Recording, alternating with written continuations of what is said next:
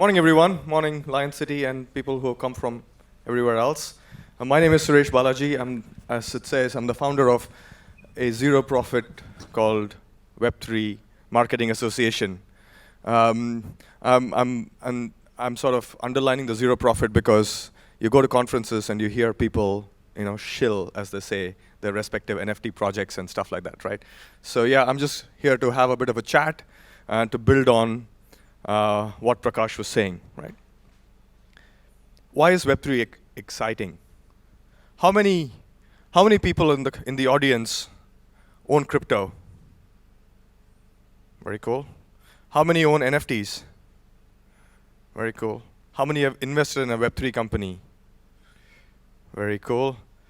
Okay, ish. There's one guy who's like, okay, sort of investing, thinking about it. So, for those of you who have not done that, maybe just a 30-second whistle-stop tour on what's going on here, right? So it all happened when this dude or lady called Satoshi Nakamoto wrote this paper. Okay, this white paper, I've printed it out. It's on my soft board. It's Web3, but I still printed it out, right?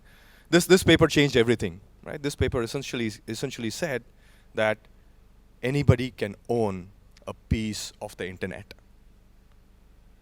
That sort of big leap from, hey, internet being a giant copy machine to really owning a little piece of the internet changed the way that people thought about the internet, right? That's the first thing that happened. Where did that lead to? That led to creating of digital asset sales, what we call NFTs. The outcome of that is a cryptocurrency. And there was a little line in that paper which says, there's a word which says freedom. And when people saw that word freedom, they thought, wow, this is anti-establishment.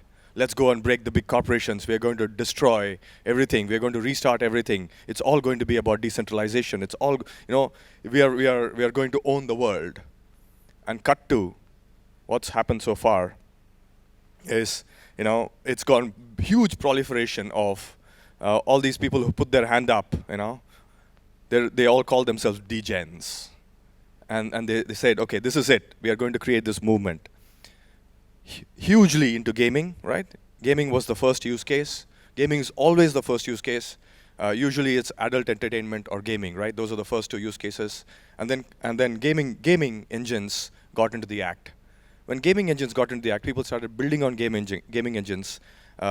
Where is the first place that they go to? They create immersive experiences across the board, right? From immersive experiences to trying to create tokens that can bring on board loyalty to amazing stuff around Phygital. So why is this interesting? Did anybody read about Starbucks' loyalty program? So Starbucks, probably one of the biggest loyalty programs globally is tokenizing their loyalty program. Right? They're taking a leap. To Prakash's earlier point, it's not just startups doing some stuff. I think we are in a huge inflection point where big brands are starting to take notice, and they're going, okay, now is the time for us to build. Why is that exciting? This is like 2 weeks old news, right? This is super exciting because loyalty programs essentially are captive. You are a member of a loyalty program, and all they want to do is to ensure that you buy more and you don't leave. Loyalty programs are quite linear, right? Why are they linear? Essentially, you spend more, you get more reward points, you feel super happy. How many of you have airline loyalty points? Pretty much everyone, right? What do they say? Okay, you take a next flight, you take 7 flights, then you make silver. Oh, I made silver. You make another 7 flights, you make gold. It's not just captive, it's quite extractive. It's about you giving something, right? And loyalty programs sit on the balance sheet. It's a big pain. It's nearly impossible for you to get off the loyalty program or the loyalty program to get you off their books. Because if you're sitting on loyalty programs and you're not burning those miles, it's just a massive weight on the balance sheet, right? What is tokenization going to do? Tokenization is going to create, the freedom for the loyalty program, to use the words from Satoshi Nakamoto's paper. And suddenly, these loyalty tokens, wouldn't it be amazing if the brand can give loyalty tokens not just to people who are using the brand, but maybe people who are promoting the brand, maybe people who are shareholders in the brand, maybe people who are doing, who are doing testing for the brand. There's a whole host of things where they can create a multi-dimensional loyalty program. It wouldn't be possible without tokenization. What else can they do? They can do amazing stuff, right? Using tokens for other brands. You don't have to create a database, an expensive cloud system which is fully coded to your brand. You can probably open it up and say Starbucks tokens can now be used as utility tokens to access a conference, or or exchange it for airlines, or actually sell your tokens, right? Maybe if it's an airline token and you're actually not going to, you're planning not to fly for the next year, maybe you can. There is a secondary market for it. There's a whole host of things, digital assets and tokens can do that those kind of use cases we've never seen before. And the last one, which is super exciting, is, Naval Ravikant says when you put two seemingly distinctive things or differentiated things together is when magic happens. He says when you see a grizzly bear, you're like, whatever. When you see a unicycle, you say, whatever. But when you put a grizzly bear on a unicycle, then it's a bloody circus, right? People come to watch it. When you see a marketing guy from a bank, you say whatever. But when you see a marketing guy wearing a unicorn T-shirt, you say, that guy looks interesting. Okay, what the hell is this guy doing? So it's quite interesting that this whole phygital thing is coming together. And to Prakash's point, some of the use cases are emerging. But the fascinating part about this is the whole idea of the metaverse as a layer on top of the real world. Is probably where the excitement will be, right? But, okay, here's the last thing. And we're speaking of the metaverse. Who's this guy? Does anyone know who this guy is? Millennials, Gen Zs?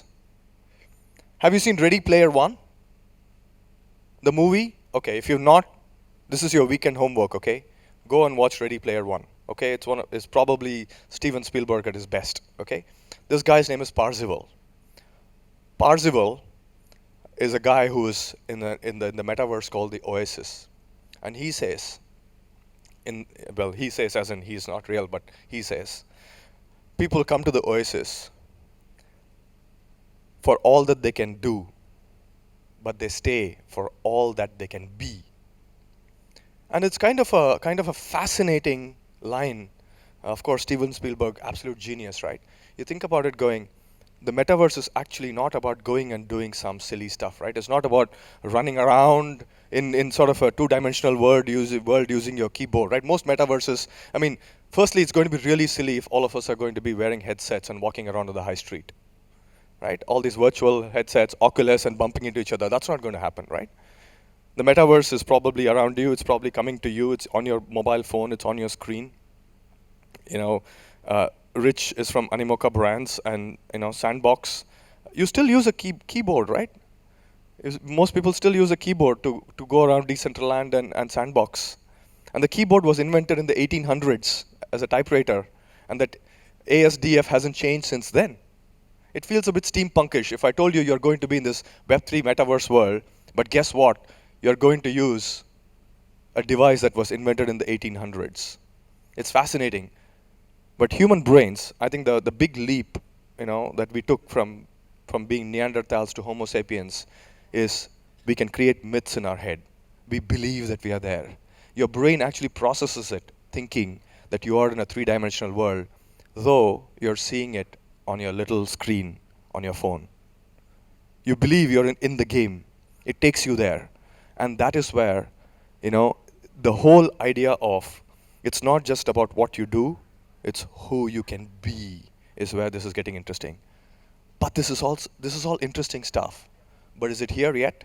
Is it the, sort of weird, am I jumping into the Matrix movement?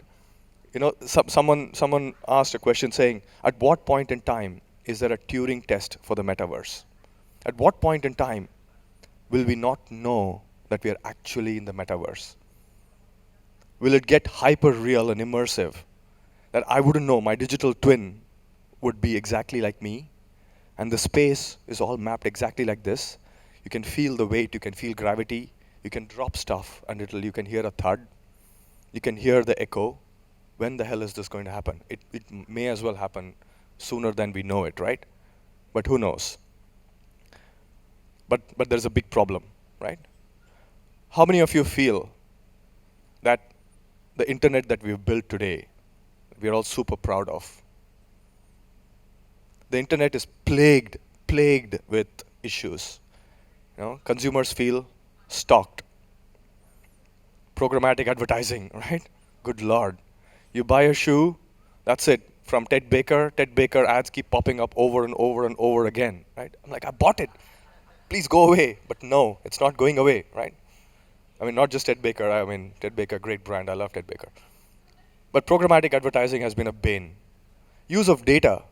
All these massive companies which have created, extractive data. Are we proud of it? No. There are so many allegations of harassment and bullying on social media platforms. Are we proud of it? Absolutely not.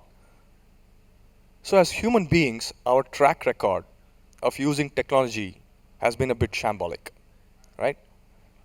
I don't think we'll all say, hey, the internet as we built it is the best thing that we could have done since sliced bread. Is there an opportunity to correct it, right? But I had a moment of epiphany, right? Maybe last summer. Someone said, hey, they got into Web3 during the lockdown, right? Most people's crypto portfolios are a love child of lockdown, laptop, and themselves. They just sat there not knowing what to do. They have money, didn't know what to do with it. They can't go on a holiday. Well, bloody hell. Okay, let me buy some Bitcoin. Or maybe get into some ICO, 1,400% increase, and then bam. I don't know what those portfolios look like right now. Mine looks quite shit. Right? So, but there's a big problem, right? Web3 isn't here yet. The opportunity is for us all to get together and build the next generation of the internet, right? There are two pieces to this. There are two big issues with this. One is what I call information asymmetry. There are some people who know everything about it. There are many people who don't know much about it. It's usually the people who know a lot making the most of extracting value of the people who don't know a lot, right? That's always the case when it comes to new technology. That's always the case when it comes to new inventions. That's always the case. But if this is about the decentralized internet, is there an opportunity for us to fix that? The second problem is, for those of you who own crypto, who own NFTs, you're technologically savvy, right? But if you really need mass adoption, it's not going to come without simplicity. Simplicity creates mass adoption, right? Why do memes spread so fast? Memes come from the word memetics, right? Memetics is a biological term for things that can spread fast, Ideas can spread fast. Memes are amazing. We all forward memes. When you see a funny meme about, I don't know, Vitalik Buterin, you feel like sending it to your Web3 friends.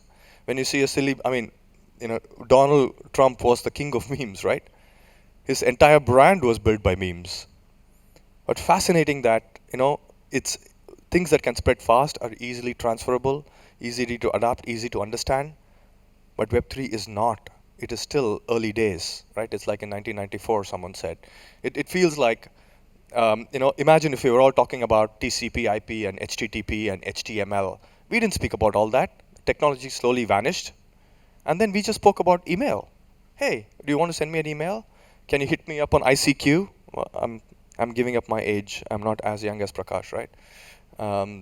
It's fascinating that how these things took big leaps, but we didn't even know that somebody was working in the background. But that's what's going on right now. It's early days. It's painful. It's impossible to connect. You have to remember a seed phrase, all of that stuff. But which is why the role of the marketer is important. Why are marketers important in this space? Firstly, marketers are customer obsessed, right? Great CMOs, great marketers, people who've been in marketing all their life, anyone, anywhere in the world of marketing, the starting point would be what customer issue are we trying to solve? So bringing marketers into the space has been a fascinating journey for me since I set up the Web3 Marketing Association. We have CMOs coming in, leaning in, trying to figure out how to solve things, what policies should we write, what protection should we create, etc. The second most important thing is most of these use cases are aimed at a $1 trillion pot. Well, this $1 trillion pot is the total of marketing / media budget in the world, right? So the early use cases will all be brand use cases. They will all be getting brands to engage, getting brands to do some stuff, from everything from gaming to tokenization to loyalty programs to AR to VR to XR to helping augment brand experiences. And which is why marketers need to be there. Marketing is important. So what can you do? 3 things perhaps. The first thing is do more, right? Don't just read. Someone said, this is Web 0, right? This is me, a speaker, speaking to an audience. But what happens, you can see the way in which the chairs are aligned, right? There's one person and there are audience of 100 people. But in Web 3, all the chairs are going to be in a big circle. This is the beauty. How many are in Discord? There you go. The zoo called Discord, right? It's not the best, but it's the best that we have from a co-creation, collaboration perspective, right? It is the creator economy and the opportunity for everyone to truly contribute to building, the next generation of the internet. So get in there, sign up for NFT projects, download Discord, be in some Discord forums, try and figure out what the hell is going on, try and see how you can learn from there, set up a Discord channel. It's fun, right? The second piece is, I think Web3 offers huge opportunities to partner. As a marketer, I'm excited because I'm speaking to people that I never spoke to before. Right? I'm speaking with startups.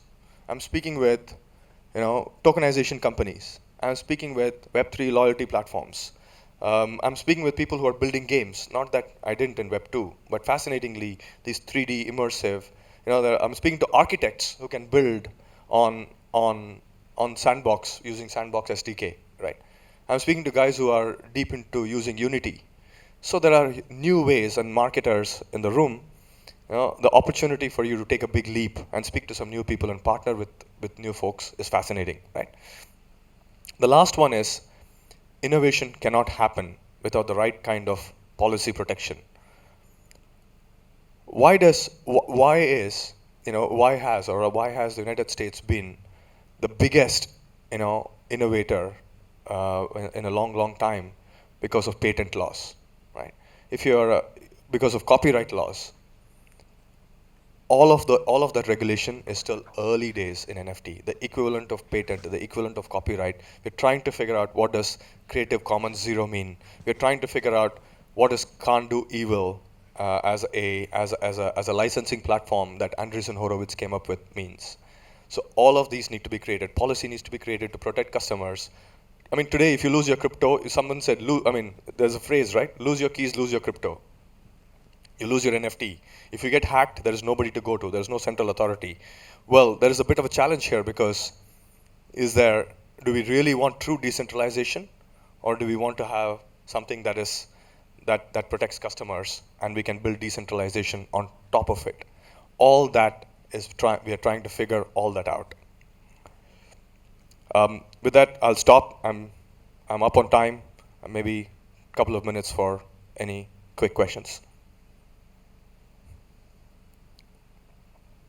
Any thoughts, questions? No, that's great. So I'll just quickly sum it up. Well, Web3 isn't here yet. To be able to take a big leap on Web3 would mean to lean in. There are lots of issues with the internet, but potentially Web3 could be the internet that we all want to build. Okay? Thank you very much. Have a good day.